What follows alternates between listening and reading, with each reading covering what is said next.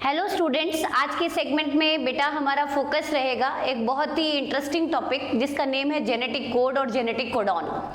Genetic codon क्या होते हैं यदि मैं आपको लेमन लैंग्वेज में बताऊं तो कोडॉन एक स्पेसिफिक सीक्वेंस होती है न्यूक्लियोटाइड की जो एक स्पेसिफिक अमाइनो एसिड को कोड करती है। ध्यान से सुनना, मैंने क्या कहा।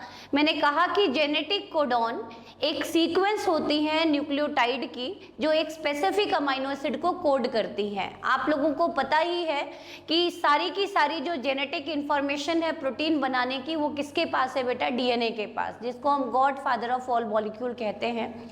तो डीएनए ने ट्रांसक्रिप्शन के थ्रू अपनी एक वर्किंग कॉपी बना डाली है जिसको हमने एमआरएनए सीक्वेंस कहा था। And now mRNA sequence move into cytoplasm across nuclear pore for translation. तो जो एमआरएनए इंफॉर्मेशन लेके आया है डीएनए से, किस चीज के लिए बेटा? प्रोटीन बनाने के लिए। उसको इनकोड करना है, हमें उसको डिकोड करना है, हमें प्रोटीन बनाना है। तो जो इंफॉर्मेशन लेके आया है वो न्यूक्लियोटाइड सीक्वेंस का इंफॉर्मेशन लेके आया है, उसी को हम जेनेटिक कोडॉन कहते हैं। तो इस सेगमेंट में, आज के पूरे सेगमेंट में हमारा फोकस रहेगा कि जेनेटिक कोडॉन का कॉन्सेप्ट किन्होंने दिया, या जेनेटिक कोडॉन किस चीज को कोड करते हैं, या कौन से कोडॉन किस अमाइनो एसिड को कोड करते हैं, इन सब के बारे में किन्होंने हमें डिटेल इंफॉर्मेशन दी, एंड मोस्ट इंपॉर्टेंट प्रॉपर्टीज और salient feature of genetic codon. तो सबसे पहले आ जाते हैं जेनेटिक कोडॉन होते क्या है या डिफाइन कैसे करेंगे। तो genetic code is defined as sequence of nucleotide, तीन न्यूक्लियोटाइड की सीक्वेंस होती है बेटा। Defined as sequence of nucleotide which code for specific amino acid in polypeptide sequence या पॉलीपेप्टाइड। और प्रोटीन, जो आपकी प्रोटीन बनने वाली है ट्रांसलेशन से, उसके अंदर कौन सा कोडॉन किस अमाइनो एसिड को कोड करेगा, उसी को हम जेनेटिक कोड कहते हैं बेटा। तो थोड़ा सा इसको एक्सप्लेन करने से पहले मैं आपको एक हाइपोथेटिकल सीक्वेंस बता दूं कि आपके पास एक आरएनए की सीक्वेंस है। Say this is C, this is U, AUG, ये सीक्वेंस है बेटा। GGC, CUU, UCU, UAG, GGA। Suppose ये आपके सामने एक हाइपोथेटिकल सीक्वेंस गिवन है किसकी? mRNA की। ये जो डीएनए से आरएनए बना है वो किस प्रोसेस से बना है बेटा? ट्रांसक्रिप्शन से बना है। पोस्ट ट्रांसक्रिप्शनल मॉडिफिकेशन हमने लास्ट सेगमेंट में डिटेल में डिस्कस किया था।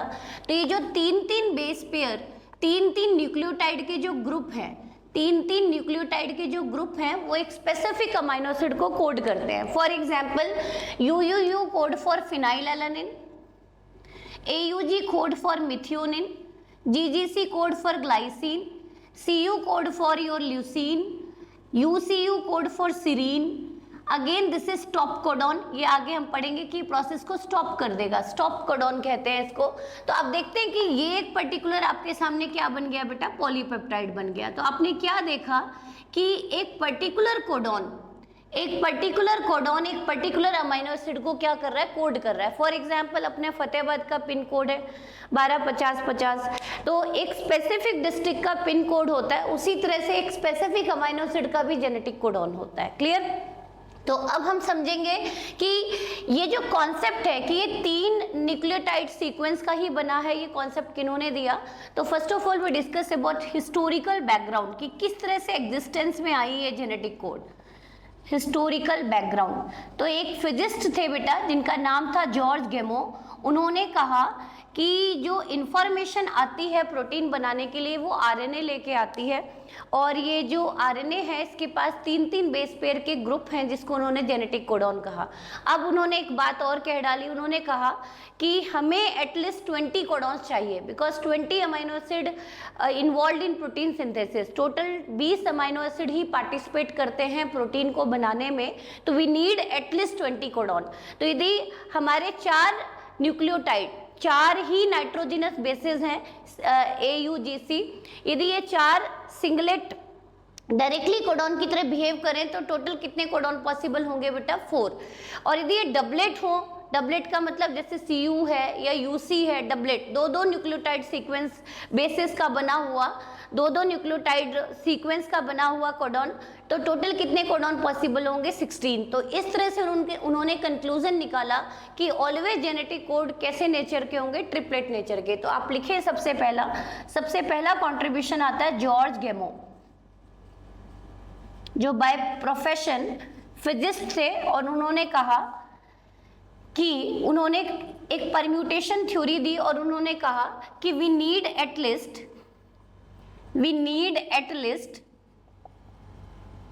20 codons which code for 20 amino acids।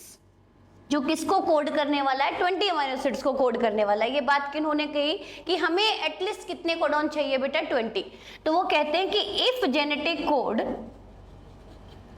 Genetic codon is singlet in nature, यदि ये सिंगलेट नेचर का होता, सिंगलेट का मतलब यहाँ पे एक एक न्यूक्लियोटाइड एक एक कोडॉन की तरह बिहेव करते, तो टोटल कितने कोडॉन पॉसिबल होते? Only 4 codons are possible, only 4 codons are possible.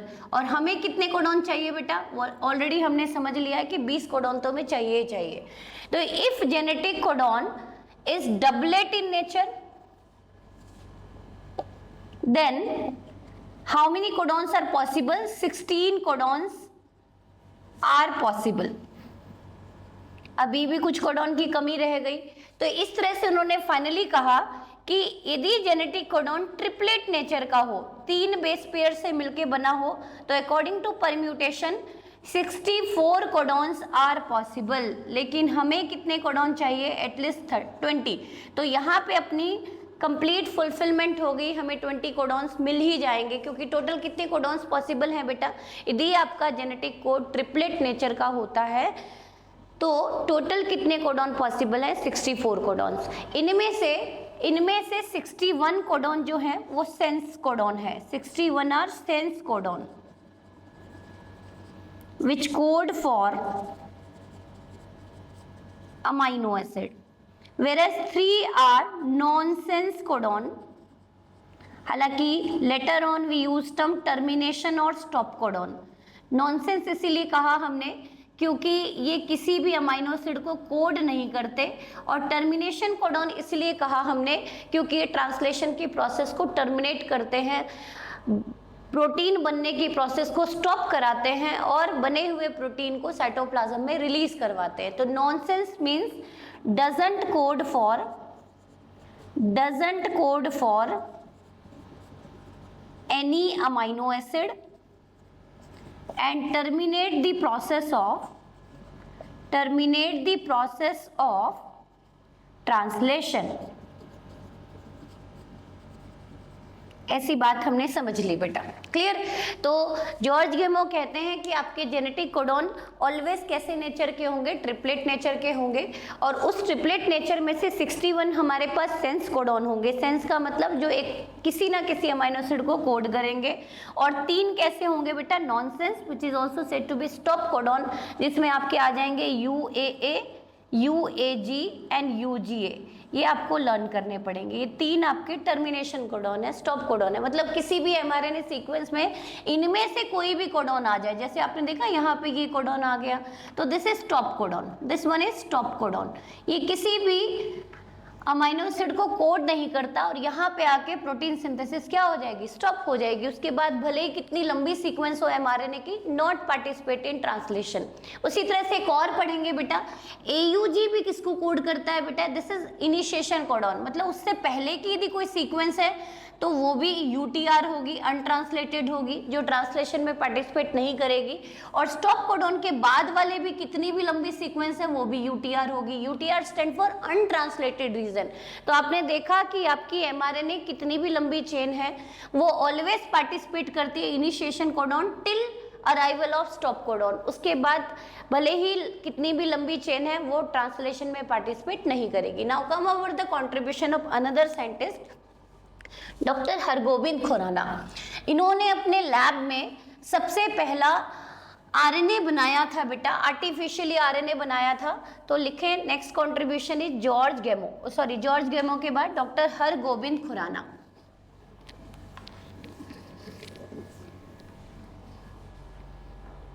Now come over the contribution of next scientist, Hargobind Khorana. इन टॉपिक को समझना बहुत जरूरी है बेटा साइंटिस्ट का, डायरेक्ट क्वेश्चन आपके नीट में बनते हैं, पीवाईक्यू है। तो हरगोविंद खुराना फर्स्ट सिंथेसाइज्ड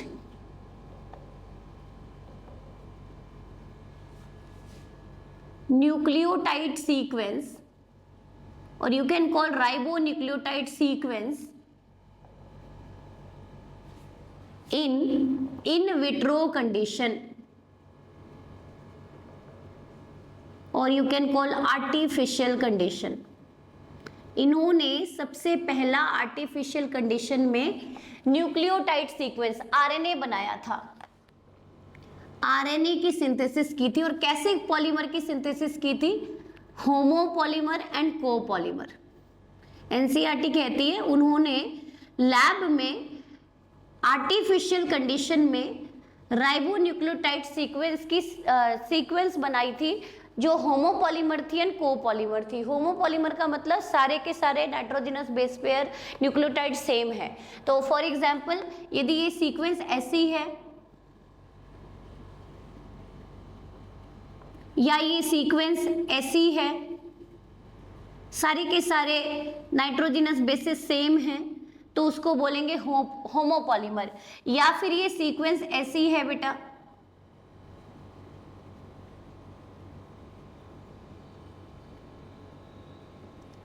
या फिर ये सीक्वेंस ऐसी है,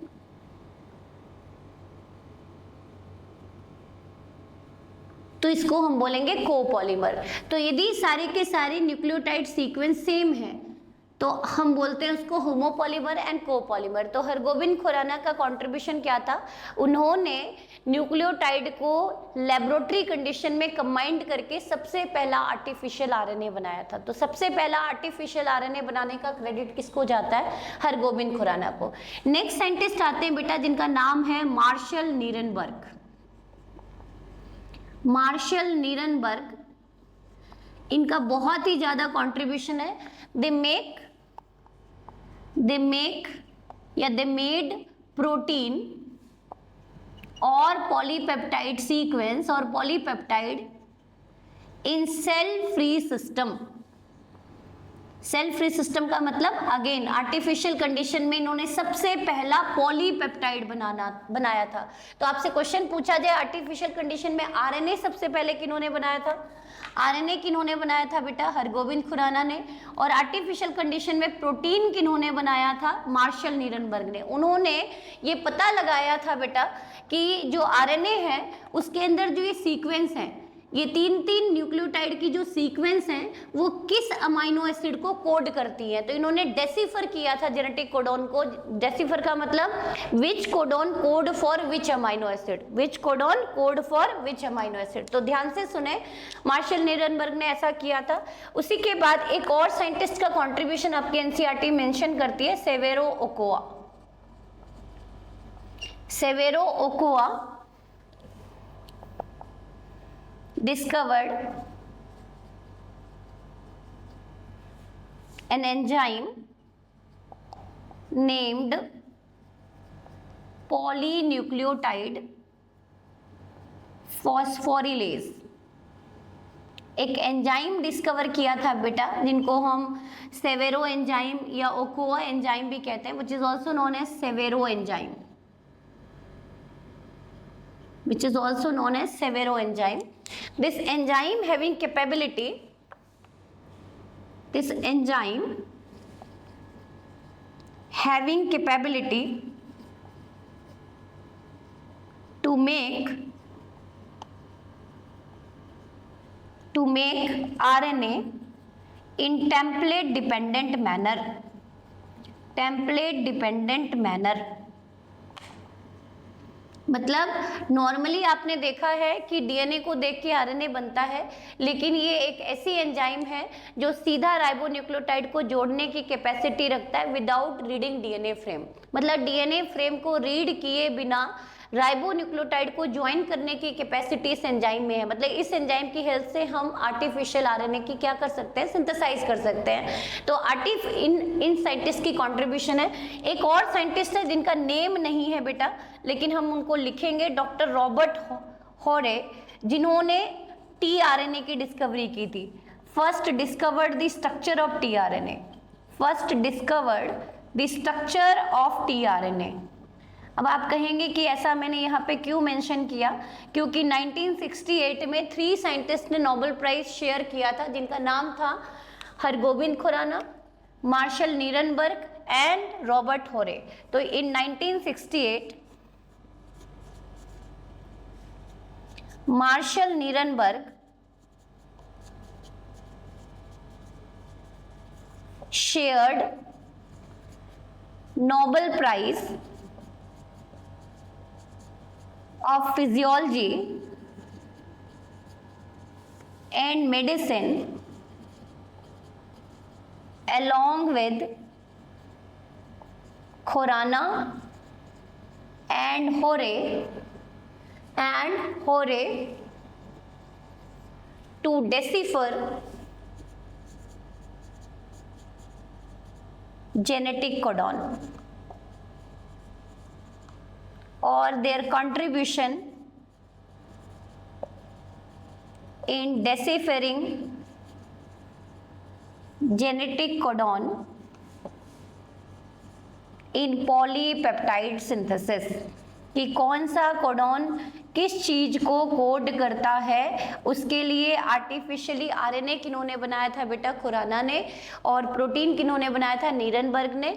इन दोनों की मेजर कंट्रीब्यूशन आपकी एनसीईआरटी मेंशन करती है। Clear?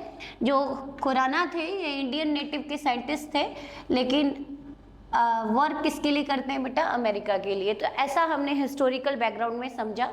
Now come over the salient feature of genetic codon. Now come over the salient feature of genetic code, कि कैसी प्रॉपर्टीज होती हैं जेनेटिक कोड। तो सबसे पहली प्रॉपर्टी तो हमने डिस्कस कर ली बेटा, कि जेनेटिक कोड कैसे नेचर के होते हैं, ट्रिपलेट नेचर के होते हैं। जो बात किन्होंने बता दी, ट्रिपलेट नेचर का होता है जेनेटिक कोड। किन्होंने बता दी, जॉर्ज गेमो ने। जॉर्ज गेमो ने कह दिया कि आपके जेनेटिक कोड कैसे नेचर के होते हैं, ट्रिपलेट नेचर के होते हैं, 3 न्यूक्लियोटाइड से मिलके बने होते हैं। तो triplet nature means all genetic code or codon are composed of 3 nucleotide sequence. ऐसी बात हमने समझ ली। और यदि आपके जेनेटिक कोड ट्रिपलेट नेचर के होते हैं तो how many total codons are possible, 64। And this nature provide us 64 codons. क्योंकि यदि सिंगलेट होते तो 4 कोडॉन पॉसिबल होते, डबलेट होते तो 16 कोडॉन पॉसिबल होते, and we need at least how many codons, 20 codons. तो 64 में से 61 आपके सेंस कोडॉन हैं और 3 आपके नॉन सेंस कोडॉन है, जिसको हमने टर्मिनेशन और स्टॉप कोडॉन भी कहा था। क्लियर? ऑलरेडी डिस्कस कर चुके हैं हम। तो next come over the next property, that is universality, universal in nature और यूनिवर्सलिटी। इस प्रॉपर्टी का मीनिंग क्या है बेटा? इस प्रॉपर्टी का मीनिंग है कि जेनेटिक कोड हर एक लिविंग ऑर्गेनिज्म में, इधर लोअर और higher plants, animals including bacteria, protist, सभी के अंदर, फॉर एग्जाम्पल यदि एयूजी मिथ्योनिन को कोड कर रहा है तो बैक्टीरिया में भी वो मिथ्योनिन को कोड करेगा, प्लांट्स में भी वो मिथ्योनिन को कोड करेगा। तो universal in nature means genetic codon और code is similar in all life forms irrespective of its complexity। भले ही वो कॉम्प्लेक्स है या सिंपलर ऑर्गेनिज्म है, इरेस्पेक्टिव ऑफ कॉम्प्लेक्सिटी वो सभी लिविंग ऑर्गेनिज्म में सेम होगा। For example GGC code for methionine, CUU code for leucine, amino acid in all life forms. ऐसा नहीं है कि हमारे अंदर यदि CUU कोड कर रहा है ल्यूसीन को तो बैक्टीरिया में किसी और को कोड करेगा, ऐसा नहीं होने वाला। CUU always leucine amino acid को कोड कर रहा है तो बैक्टीरिया में भी ये ल्यूसीन को ही कोड करेगा। And this create foundation of RDT program. This create foundation of RDT program, recombinant DNA technology program, or you can call it create foundation of genetic manipulation, create foundation of genetic manipulation, कि हम किसी के भी genome को किसी में भी manipulate कर सकते हैं, ऐड कर सकते हैं। फॉर एग्जांपल हम बैक्टीरिया के जीन को प्लांट्स में, प्लांट के जीन को एनिमल में, किसी के भी जीन को कहीं भी हम यूज कर सकते हैं क्योंकि सभी के अंदर codon specific same amino acid को ही कोड करते हैं। Now the third property that is degeneracy. Degeneracy बहुत ही इंपॉर्टेंट प्रॉपर्टी है बेटा और बहुत बार क्वेश्चन बने हैं इस टॉपिक पे आपके बोर्ड में भी बने हैं, आपके PYQ भी है नेट का। तो इसको थोड़ा ध्यान से समझना आप कि हमें टोटल कितने कोडॉन पॉसिबल चाहिए थे बेटा 20, और हमारे पास कोडॉन कितने हैं 64। Can you call extra codons हैं 61 सेंस कोडॉन है, एक्स्ट्रा कोडॉन्स हैं। तो बहुत सारे कोडॉन ऐसे हैं जो सिमिलर अमाइनो एसिड को कोड करते हैं। तो degeneracy means many sense codon may code for similar amino acid. For example, degeneracy are of two type: partial degeneracy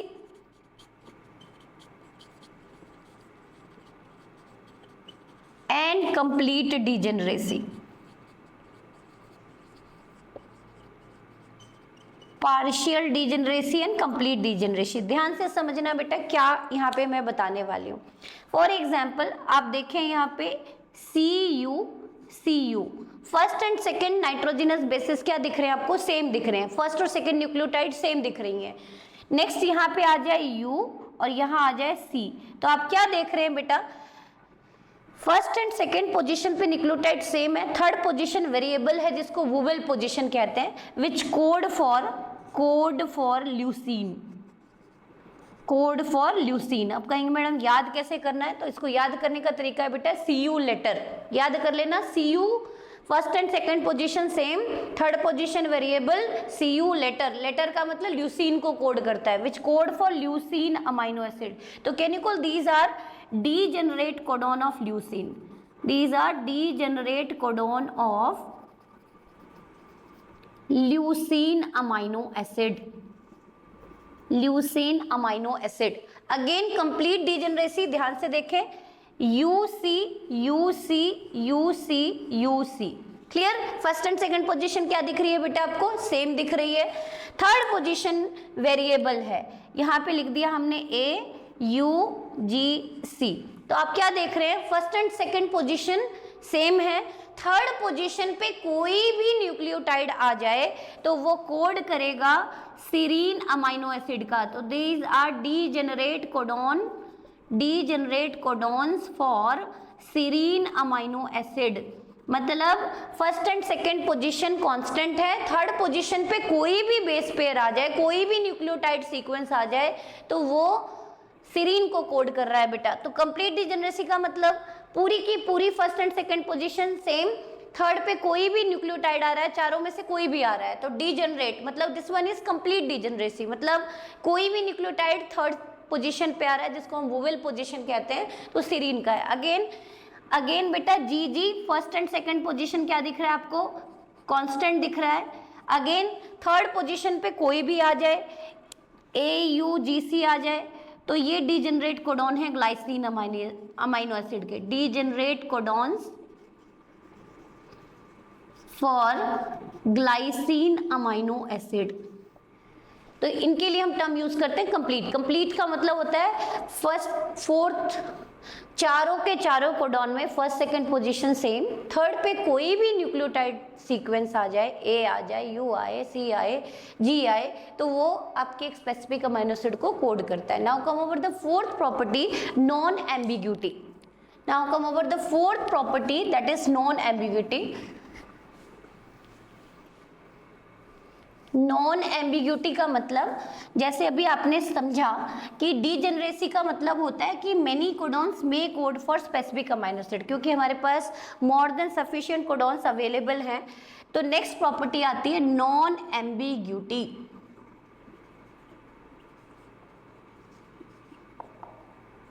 non ambiguity का मतलब कि यदि CUU है, CUC है, ये किसको कोड कर रहा है बेटा? ल्यूसीन को।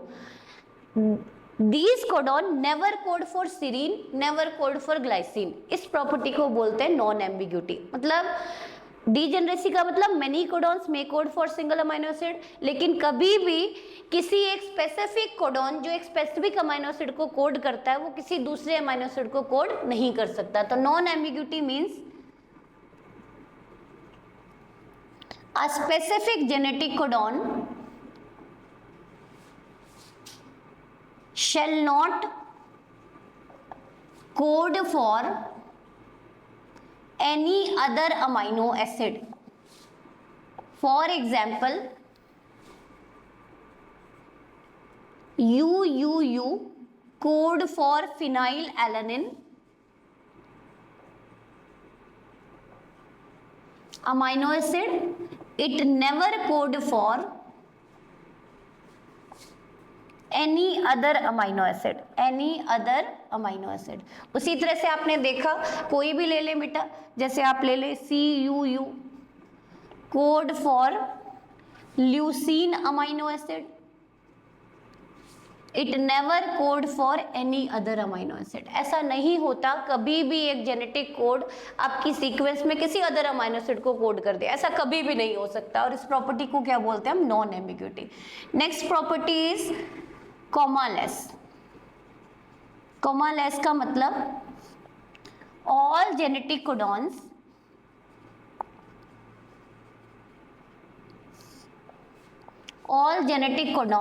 in mRNA sequence read in continuous manner. There is no comma, space or any punctuation between codons, readable continuously बेटा। फॉर एग्जाम्पल आप देखेंगे, ऑलरेडी हम बहुत सारी सीक्वेंस लिख चुके हैं।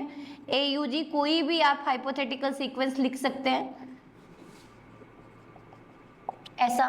तो आप देख रहे हैं कि सारे के सारे कॉन्टिन्यूस मैनर में पढ़े जाते हैं बेटा। कोई भी बेस, जो कोई भी न्यूक्लियोटाइड का बेस है, वो किसी के साथ ओवरलैप नहीं करता। जैसे UUU है तो U कभी भी नेक्स्ट कोडॉन में पार्टिसिपेट नहीं करेगा, या A कभी भी फर्स्ट कोडॉन में पार्टिसिपेट नहीं करेगा, कॉन्टिन्यूस मैनर में पढ़ा जाता है। तो यदि हम यहाँ से किसी भी बेस को डिलीट कर दें या ऐड कर दें तो पूरी की पूरी फ्रेम क्या हो सकती है? चेंज हो सकती है। तो आप लिखें next, any change, any deletion और addition of nucleotide would result in change in whole frame of mRNA sequence, and it lead to frame shift mutation which is highly lethal। या तो प्रोटीन बनेंगे ही नहीं या कंप्लीट डिफेक्टिव प्रोटीन बनेंगे। For example मैं यहाँ पे आपको जस्टिफाई कर दूं कि यदि मैं U को डिलीट कर देती हूँ, यहाँ पे आपको सीक्वेंस बना के दिखा दूं, डिलीशन ऑफ U, यदि मैं यहाँ से फर्स्ट कोडॉन में से यू को डिलीट कर देती हूँ तो आपकी सीक्वेंस क्या बनेगी बेटा, क्योंकि there is no comma, there is no space, there is no punctuation, continuous लिखे जाएंगे, तो सीक्वेंस क्या बनेगी, U U A, U G G, G C U, A C C and U A. तो आपने देखा पूरी की पूरी फ्रेम चेंज हो गई, या फिर मैं यहाँ पे किसी को ऐड कर देती हूँ तो भी कंप्लीट फ्रेम चेंज हो जाएगी। तो इस तरह की प्रोसेस फ्रेम शिफ्ट म्यूटेशन को लीड करती है। तो ऑलवेज कंटिन्यूस मैनर में पढ़ा जाता है। And next property is non overlapping. Non overlapping means, non overlapping related है ऊपर वाले से, means no nucleotide of a specific codon, no nucleotide of codon overlap with successive codon। कभी भी हम दो बार नहीं पढ़ते, ऐसा कहा गया बेटा। जैसे कोई भी सीक्वेंस है आपके सामने, A U G, G G C, C C U, ऐसी सीक्वेंस है, तो तीन तीन बेस पेयर के ग्रुप को ही हम, तीन तीन न्यूक्लियोटाइड के ग्रुप को ही हम कोडॉन कह रहे हैं। कभी भी जी जी के साथ पेयर नहीं करेगा, नॉन ओवरलैपिंग होती है। Next one is polarity. Next one is polarity. What do mean by polarity? Always codon की पोलैरिटी होती है 5 प्राइम टू 3 प्राइम, मतलब जो पॉलीपेप्टाइड बनेगा ऑलवेज किस डायरेक्शन में चलेगी बेटा, डायरेक्शन क्या होगी प्रोटीन बनाने की, 5 प्राइम टू 3 प्राइम। तो polarity means all genetic codons having definite polarity, that is 5 prime to 3 prime. Direction होती है एक प्रॉपर, डायरेक्शन होती है proper. And the last property is colinearity. Colinearity, इसको हम जस्टिफाई करेंगे अपने previous chapter principle of inheritance के एक डिजीज के साथ, जो हमने डिटेल में समझी थी बेटा। पॉइंट म्यूटेशन में भी समझी थी, प्लाइयोट्रॉपी में भी समझी थी, सिकल सेल एनीमिया। तो next last property of genetic code, that is colinearity. Collinearity, collinearity का मीनिंग क्या होता है बेटा? Collinearity means position of genetic codon in mRNA sequence and position of amino acid in polypeptide sequence, polypeptide sequence are same, and this is justified with example of SCA, sickle cell anaemia. एक disease है बेटा, autosomal recessive disorder है, and it arise due to point mutation. इस बीमारी को मैं detail में नहीं लेके जाऊंगी, बस आप समझेंगे कि this is a qualitative defect. Qualitative defect, इसमें जो हीमोग्लोबिन की बीटा चेन है वो डिफेक्टिव बनती है। There is a formation of defective beta polypeptide of hemoglobin। Haemoglobin में आप लोगों ने पढ़ा है 2 अल्फा चेन 2 बीटा चेन, तो यहाँ पे बीटा चेन बनती तो है बट डिफेक्टिव बनती है। एंड द बेसिक कॉज हमने पढ़ा था पॉइंट म्यूटेशन। यहाँ पे पूरी फ्रेम नहीं चेंज हो रही, सिर्फ 6th पोजीशन पे कोडॉन चेंज हो रहा है बेटा, 6th पोजीशन पे कोडॉन चेंज हो रहा है। It arise due to substitution of base pair. Substitution हो रही है बेसिस की। देखें आप, for example in SCA at 6th position of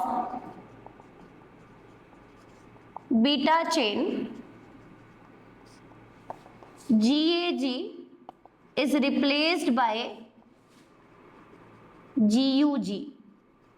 देख रहे हैं आप, पूरी की पूरी चेन सेम, लेकिन 6th पोजीशन पे GAG आना था, लेकिन कौन सा कोडॉन आ गया बेटा? GUG। तो आप देख रहे हैं ओनली A किससे रिप्लेस्ड हो रहा है?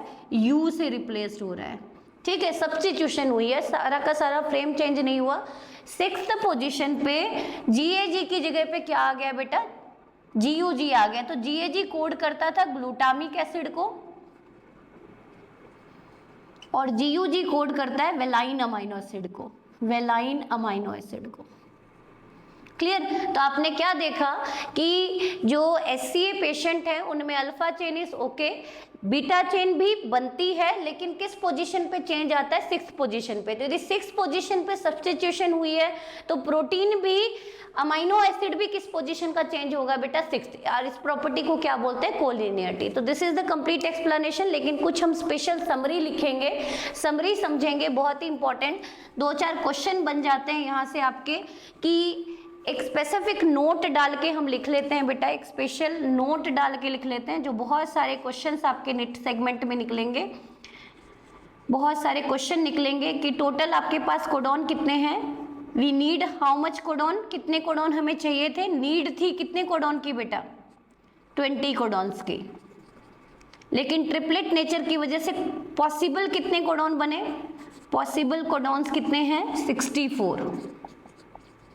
इन 64 में से 61 कैसे हैं, सेंस कोडॉन है, सेंस कोडॉन है, और 3 कैसे हैं बेटा, नॉनसेंस कोडॉन है, जो आपको याद रखने पड़ेंगे, UAA, UAG एंड UGA।